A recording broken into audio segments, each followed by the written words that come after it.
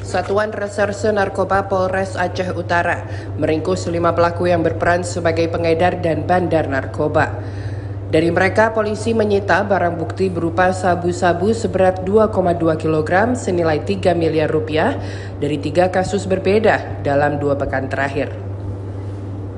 Penangkapan pertama dilakukan pada 12 Juni, di mana polisi menangkap MS, seorang pengedar sabu antar provinsi di sebuah gubuk di Gampong Cot Ara, Kecamatan Baktia, bersama barang bukti sabu seberat 700 gram yang dibungkusan plastik teh Cina dan 2 unit ponsel.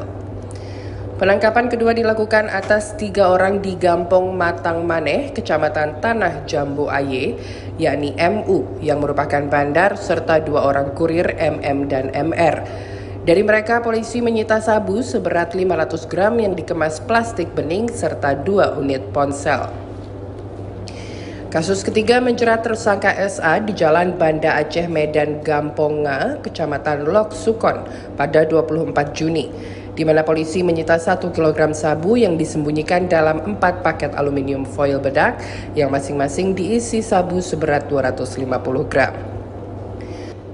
Keempat kantong itu disimpan dalam sebuah koper berwarna biru yang dibawa menggunakan mobil box oleh tersangka. Sekitar 2,2 kilo.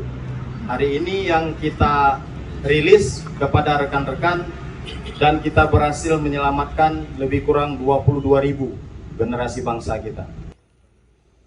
Saat ini Polres Aceh Utara masih memburu seorang pelaku lainnya, yaitu NY, selaku pemilik sabu. Para tersangka dijerat dengan pasal 114 ayat 2, Yungto pasal 112 ayat 2, Yunto pasal 132 ayat 1, Undang-Undang Nomor 35 Tahun 2009 tentang narkotika.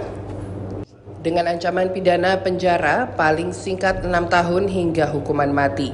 Dari Kabupaten Aceh Utara, Aceh, Trifani, Kantor Berita Antara mewartakan.